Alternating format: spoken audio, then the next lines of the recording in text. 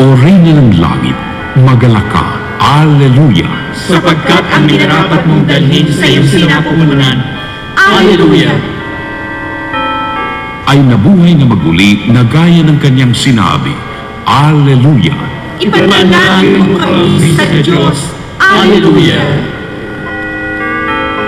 Matuwa ka at magalak, O Birheng Maria. Alleluia! Sapagkat tunay na muling nabuhay ang Panginoon. Alleluia! Manalangin tayo. O Diyos, na sa pamamagitan ng muling pagkabuhay ng iyong anak na si Jesucristo ang Panginoon namin, ay minarapat mong maligayahin ang mundo.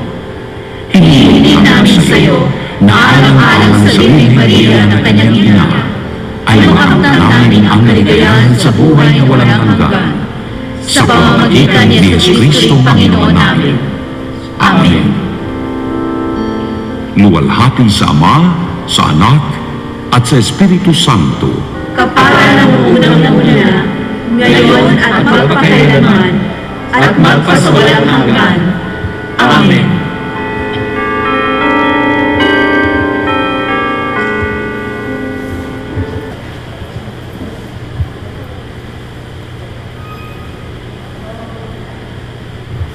Magandang gabi po sa ating lahat. Ngayon po ay araw ng Huwebes sa ika-4 na linggo ng Pasko ng Pagkabuhay. Ang mamumuno po sa ating banal na misa ay ang ating Kura Paroko, Reverend Father George D. Peligro, OAR. Magsitayo po ang lahat.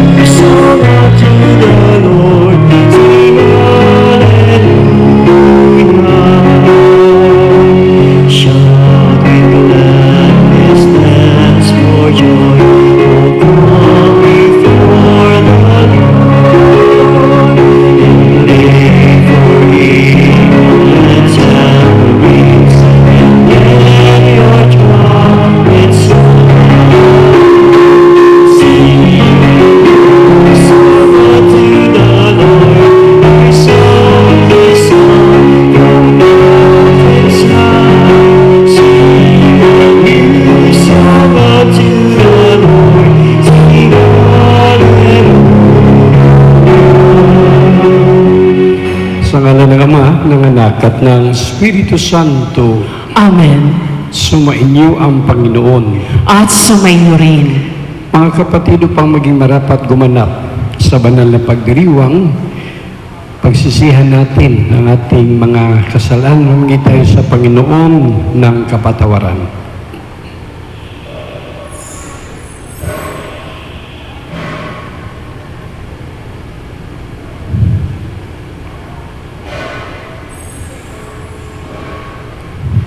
Panginoon, kaawaan mo kami. Panginoon, kaawaan mo kami. Kristo, kaawaan mo kami.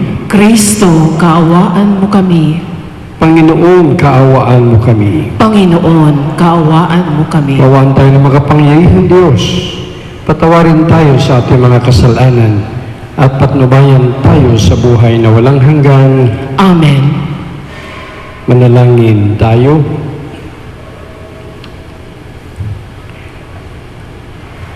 Ama naming makapangyarihan, ang dangal naming bigay mo noong kami likhain, ay higit mo pang pinadadakila sa pagtubos sa amin. Tungayan mo ang pagdiriwang ng muling pagsilang upang ang mga binigyan mo ng bagong buhay nung sila ay binyagan ay manatiling iyong pinagpapala at binabasbasan sa pamagitan ni Jesucristo kasama ng Espiritu Santo magpasawalang hanggan. Amen. Magsiupo ang lahat.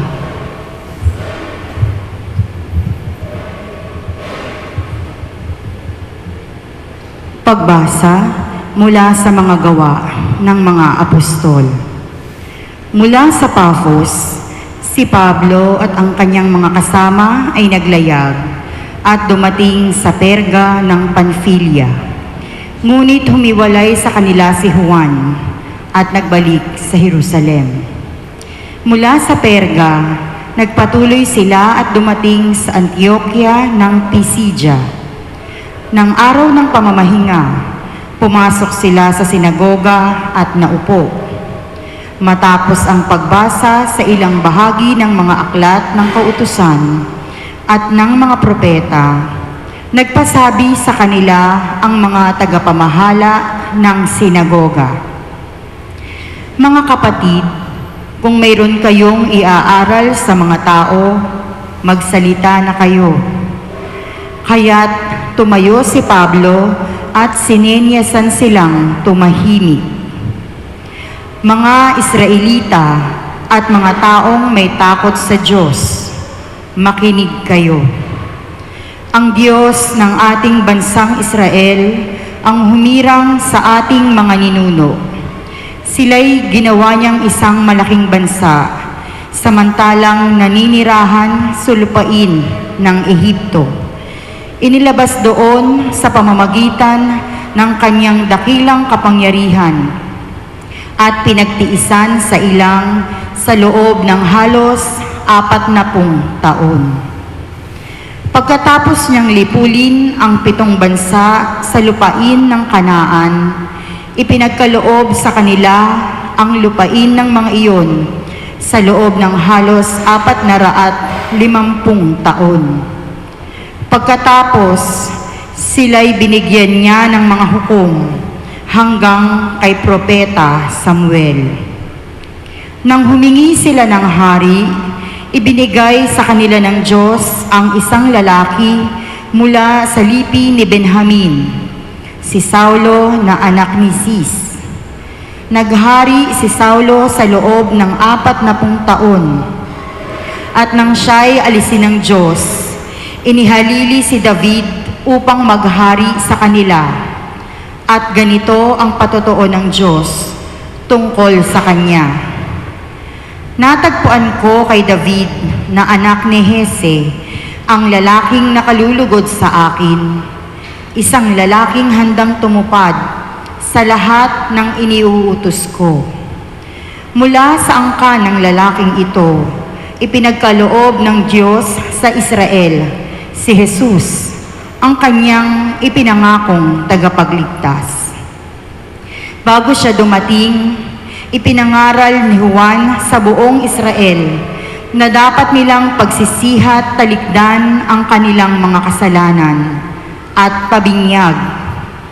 Nang matapos na ni Juan ang kanyang gawain, sinabi niya sa mga tao, "Sino ba ako sa akala ninyo? Hindi ako ang Kristo. Ngunit siya'y darating na kasunod ko at hindi ako karapat-dapat kahit taga-alis ng panyapak." Ang salita ng Diyos. Salamat sa Diyos. Pag-ibig mong walang maliw ay lagi kong sasambitin. Pag-ibig mong walang maliw ay lagi kong sasambitin. Pag-ibig mo, poon, na di nagmamaliw, ang sa tuwi-tuwinay aking aawitin, ang katapatan mo'y laging sasambitin. Yaong pag-ibig mo'y walang katapusan, sintatag ng langit ang iyong katapatan. Pag-ibig mong walang maliw ay lagi kong sasambitin. Ang piniling lingkod na ito'y si David, aking pinahiran ng banal na langis, kaya't palagi ko siyang aakbayan at siya'y lalakas sa aking patnubay. Pag-ibig mong walang maliw ay lagi kong sasambitin. Ang pagtatapat ko't pag-ibig na wagas ay iuukol ko't aking igagawad at magtatagumpay siya oras-oras. Ako'y tatawaging Ama niya't Diyos, tagapagsanggalang niya't manunubos. Pag-ibig mong walang maliw ay lagi kong sasambitin. Magsitayo ang lahat.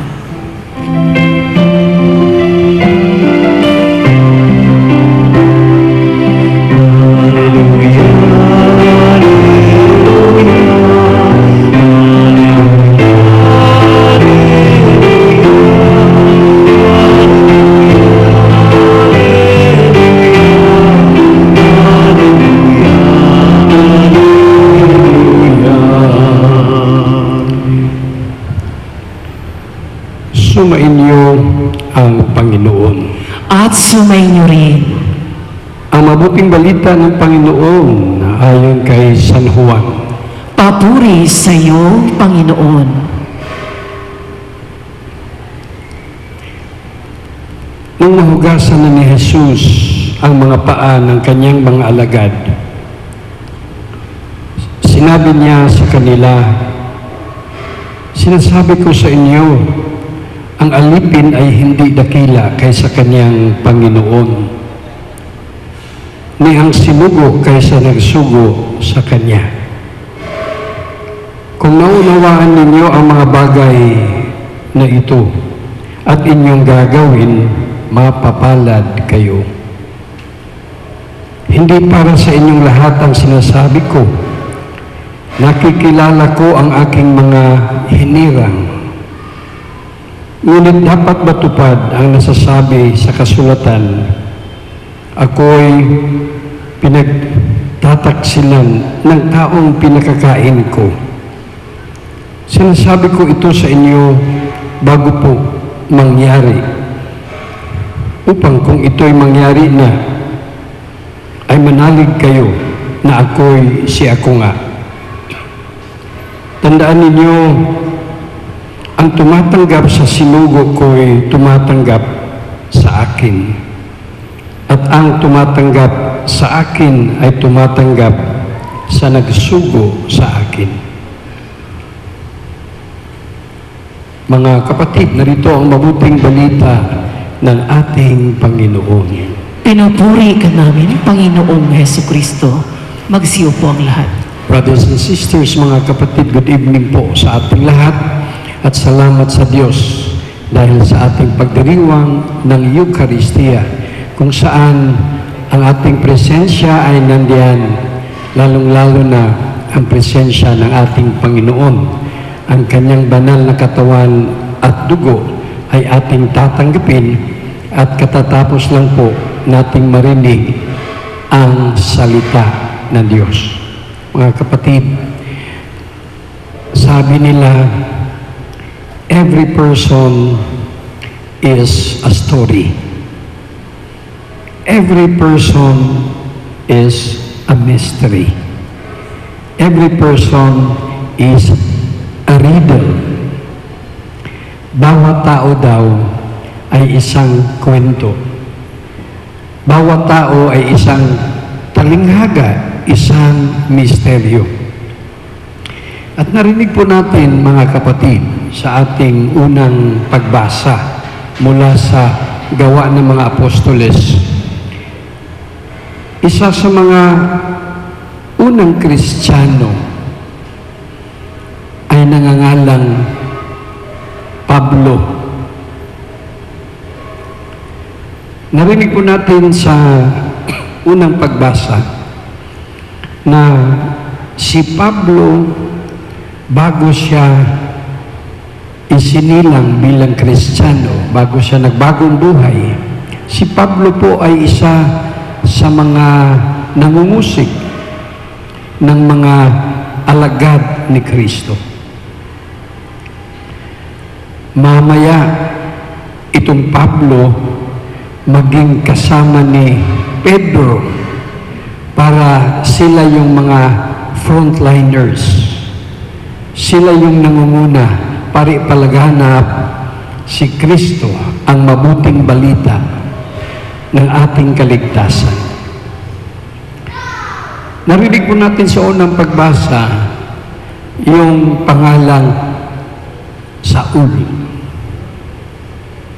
Ito po yung unang pangalan ni Pablo, kasi yung Pablo, kung nabasa natin yan sa mga religious books, yun yung pangalan niya bilang Romano. Pangalawang pangalan. Yung unang pangalan niya bilang Hudyo ay Saul. Saul. Ayan, alam niyo na, magkaugnay pala yung dalawa eh. Kasi maraming Saul. Bago si Pablo pinangalanan ng Saul, may haring Saul. At yung salitang Saul, marami pong kaugnayan. mayroong Sheol, Shalom, Seloah. Magkaugnay po yan, related lahat yan. At ito yung pangalan binigay kay Pablo noong siya'y isinilang. At alam nyo ba, bago siya naging Kristiyano, siya ay talagang tinatawag zealous Jew. Dahil hindi lang siya ordinaryong Hudyo, kundi aral, matalino, magaling, hanggang sa bandang huli, talagang hinahabol niya para patayin yung mga nagsasabi mga Kristiyano sila. Kaya ang tawag kay Pablo persecutor of the church. Nabanggit yung salitang persecution sa ating first reading. Talagang si Pablo, bago siya magkaroon ng bagong buhay, siya yung number 1 na nanghuhuli para parusahan. Dumating ang araw na nagpakita ang Panginoon sa kanya at naging alagad ni Kristo si Pablo. Kaya pala ang buhay ni Pablo sa umpisa hindi mo maintindihan. Kahit magaling na, matalino, ay talaga namang misteryo pa rin. Hanggang dumating sa buhay niya ang ating Panginoon. At siya naging number 1 na misyonero ni Kristo. Palagay ko, ito ay makahulugan para sa atin. Kasi unang-una bawat isa sa atin isang kwento. Every person is a story and every person has a story to tell. Even the dull.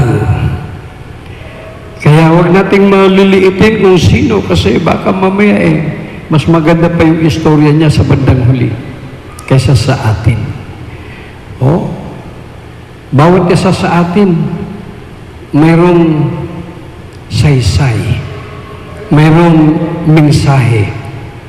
Pero sana po, huwag nating kalimutan na hanggat kaya natin, gayahin natin si San Pablo.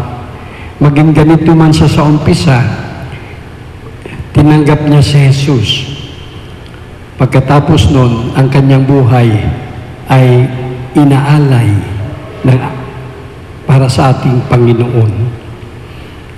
Yung ating narinig ngayon na ebanghelyo ay galing sa ebanghelyo ni San Juan. Alam nyo, hindi man sila nagsama, pero yung kanilang malalim na pananaw at pagkaintindi sa Panginoon, halos pareho. Napapag-aralan po yan. Si San Pablo, marami po siyang mga sulat, di po ba? Narinig natin yan.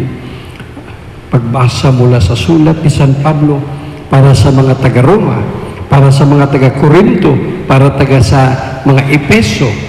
Marami po siyang nasa bagong tipan. 13 letters of St. Paul. Si San Juan naman, maliban sa kanyang ebanghelyo, mayroon din siya mga sulat. Kaya po pinaghambing yung dalawa. At nakita natin magkalapit yung kanilang pananaw at pagkakaintindi sa ating Panginoon. Pero ganun pa man, si Pablo hindi naman talaga kasama doon sa 12. Si Juan lamang yung kasama sa 12. Si Juan at si Jesus, nagkasama sila. Pero si Pablo, medyo sa bandang huli na. Si Jesus malamang mas matanda kay San Pablo na mga palagay ko, mga 10 taon. Kaya hindi sila nakita except yung doon sa Himala na natagpuan ni Pablo ang ating Panginoon. So ipanalangin po natin ialay po natin yung ating mga sariling konto sa buhay. At huwag po tayong mawalan ng pag-asa. Huwag po tayong mawalan ng pagsisikap upang sa ganun ang ating Panginoon Diyos ang bahala na magbigay sa ating mga pagbabago, mga kailangan natin sa buhay upang magkaroon tayo ng liwanag kagaya ni San Pablo at San Juan. Amen. Magsitayo ang lahat.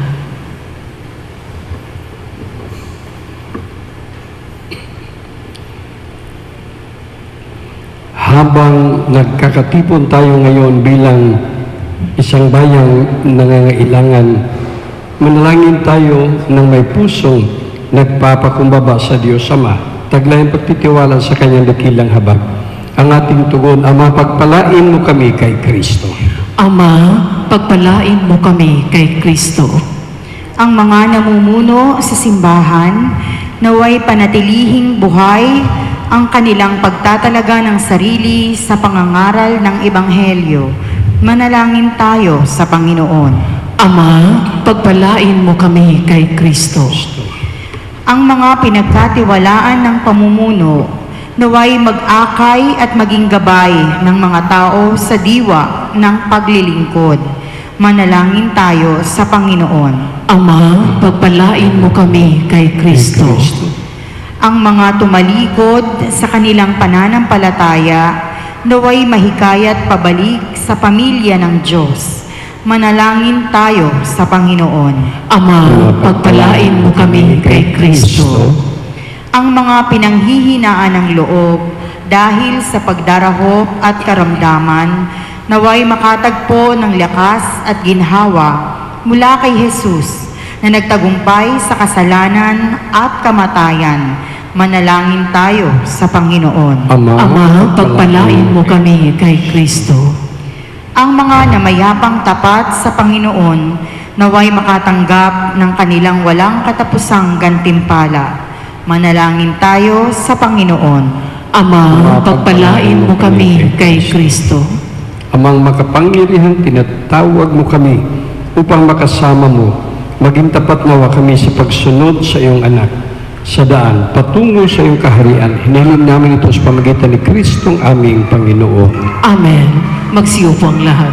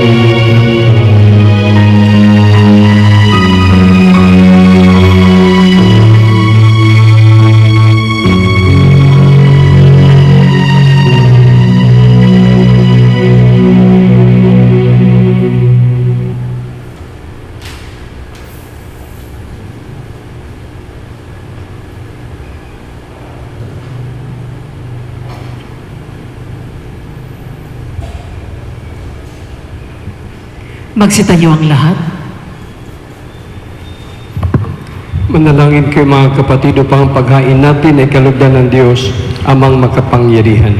Tanggapin nawa ng Panginoon itong paghahain sa iyong mga kamay sa kapurihan niya at karangalan sa ating kapakinabangan at sa buong sambayanan niyang banal.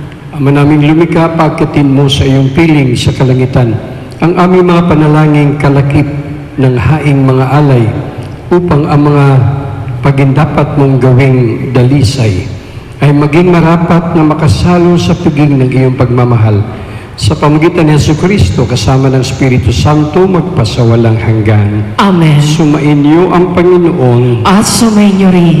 itaas sa Diyos ang inyong puso at diwa. Itinaas na namin sa Panginoon. Pasalamatan natin ang Panginoong ating Diyos. Marapat na siya'y pasalamatan. Ama naming makapangyarihan, tunay nga marapat na ikaw aming pasalamatan. Ngayong ipinagdiriwang ang paghahain ng Mesiyas, ang maamong tupa na tumubos sa aming lahat. Siya'y talagang maaasahan at ang katapatan niya sa pananagutan ay siyang bumago sa dating pamumuhay, sa sangkatauhang namihasa sa pagkasalawahan. Ang dangal ng tao ay ganap na itinampok upang mamana namin sa pakipagkapatid kay Jesus. Kaya kaisa ng mga anghel sa siawit ng papuri sa iyo, nang walang umpay sa kalangitan, kami nagbubunyi sa iyong kadakilaan.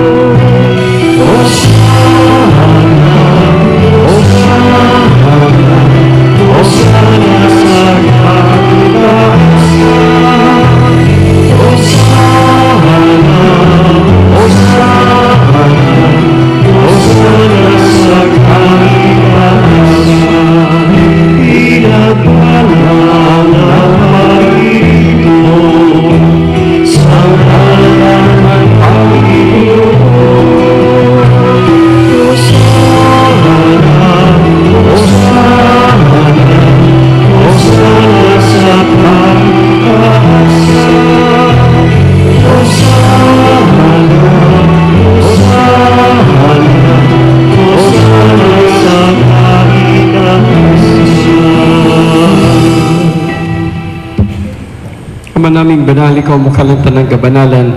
Kahit sa pamagitan ng Espiritu, gawing banal ang makaloob na ito pang para sa amin maging katawan at dugo ng aming Panginoong Jesucristo.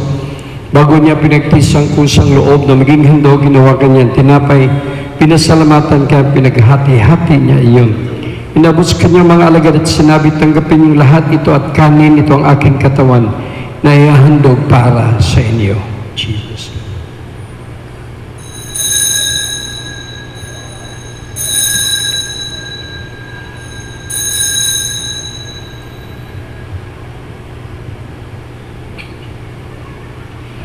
Ngayon, di naman na matapos ang hapunan, nawakan niya ang kalis, muli kanyang pinasalamatan. Inabot niya ang kalis, kanyang mga alagad at sinabi, tanggapin niyong lahat ito at inumin. Ito ang kalis ng aking dugo na bago't walang hanggang tipan. Ang aking dugo na ibubuhos para sa inyo at para sa lahat, sa ikapagpapatawad ng mga kasalanan. Gawin ninyo ito sa pag-alala sa akin.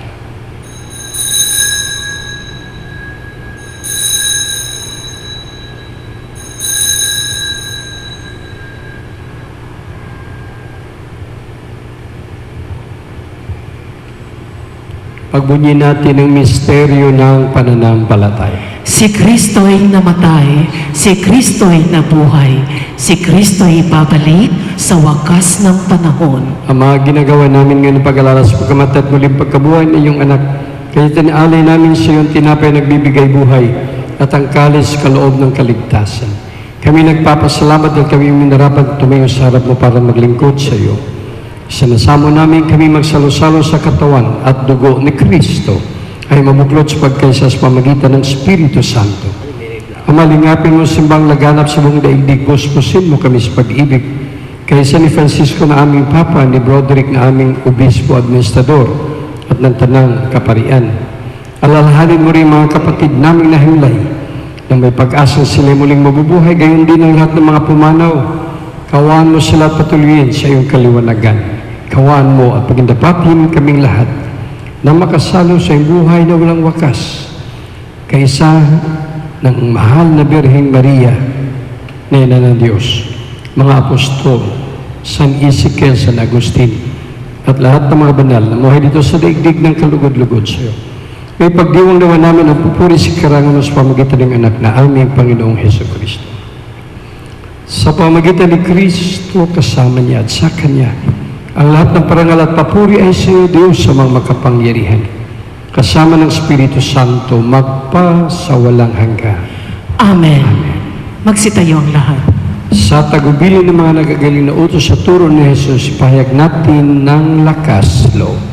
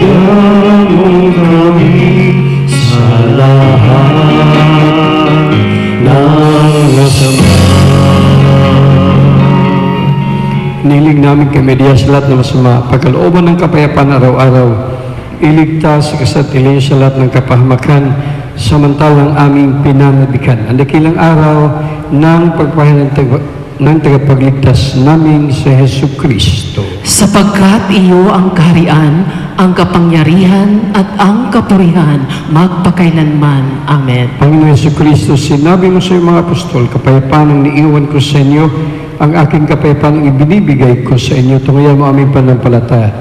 At huwag ang aming pagkakasala. Pagkalooban mo kami ng kapayapaan at pagkasayon sa iyong kalooban, kasama ng Espiritu Santo, magpasawalang hanggan. Amen. Ang kapayapaan ng ating Panginoong Hesus ay laging sumainyo. At sumainyo rin. Magbigayan po tayo ng kapayapaan sa isa't isa. Kordero ng Diyos na nag-aalis ng mga kasalanan ng sanlibutan, maawa ka sa amin.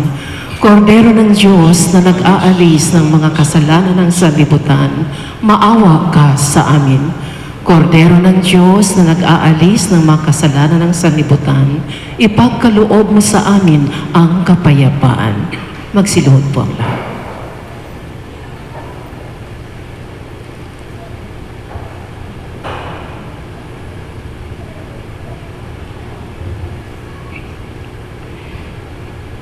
Narito, mga kapatid, ang ating Panginoong Hesus, ang Kordero ng Diyos, ang muling nabuhay upang tayo ay may kabanalan at may kaligtasan. Mapalad tayong lahat ng niyahan sa kanyang huling hapunan. Panginoon, hindi ako karapat-dapat na magpatuloy sa iyo, ngunit sa isang salita mo lamang ay gagaling na ako. Katawan ni Kristo. Amen.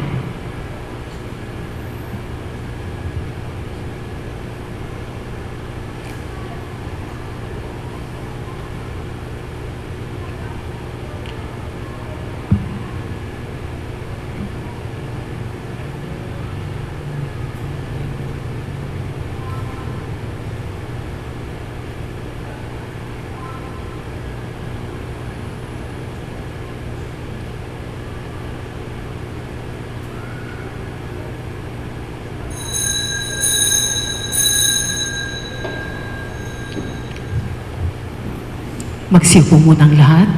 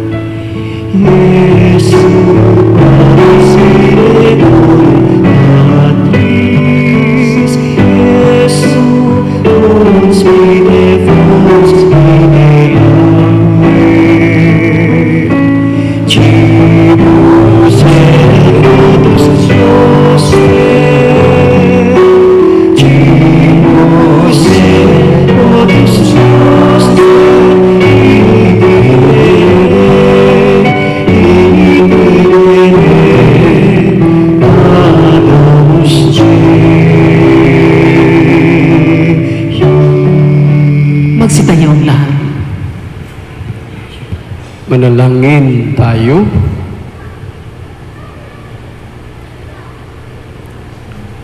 Ama naming mapagmahal, kaming pinapagsalo mo sa pagkabuhay ng iyong anak ay papakinabangin mong lagi sa kanyang lakas bilang bungang masagana ng dulot mong pagliligtas.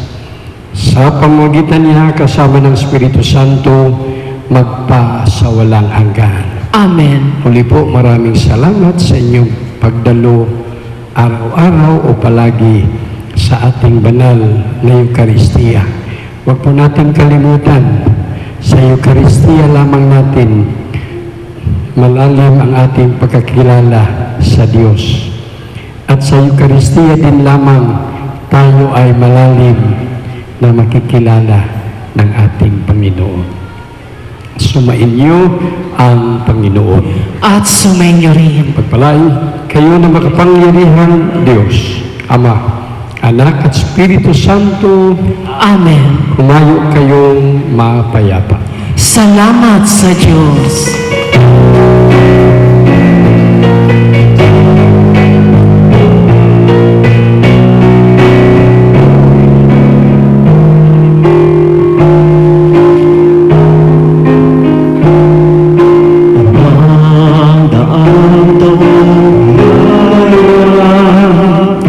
Salamat Panginoon sa iyo.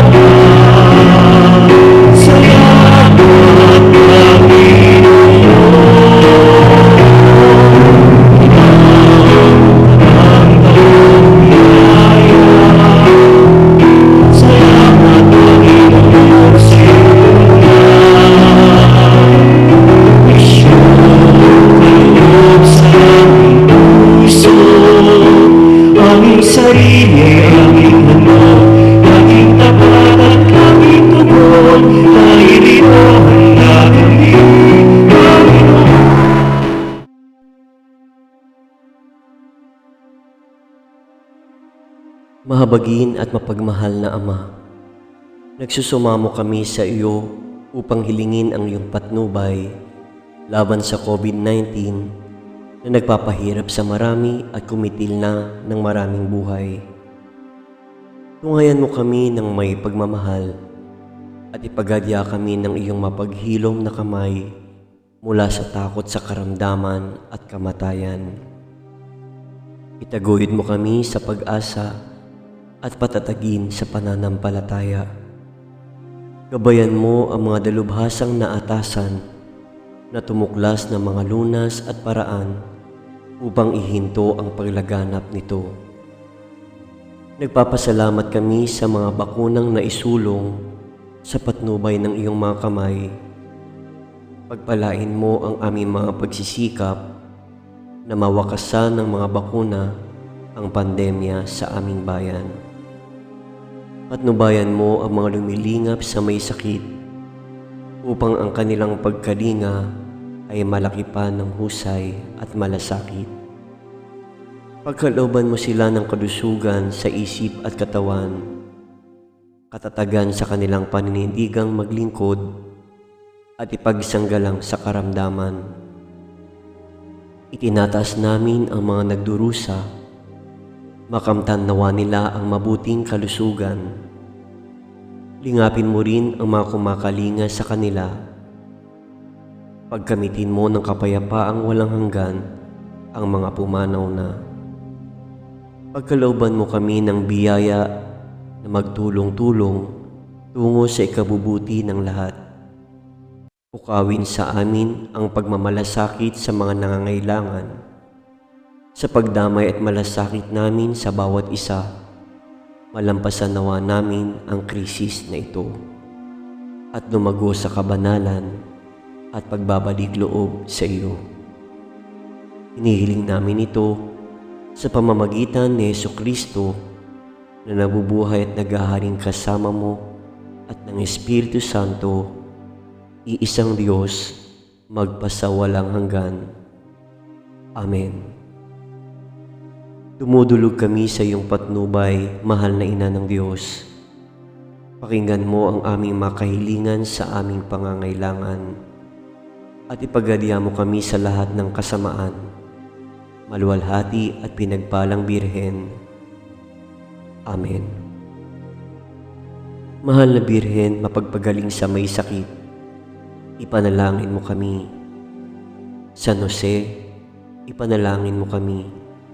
San Rafael Arcangel, ipanalangin mo kami. San Roque, ipanalangin mo kami. San Lorenzo Ruiz, ipanalangin mo kami. San Pedro Calungsod, ipanalangin mo kami.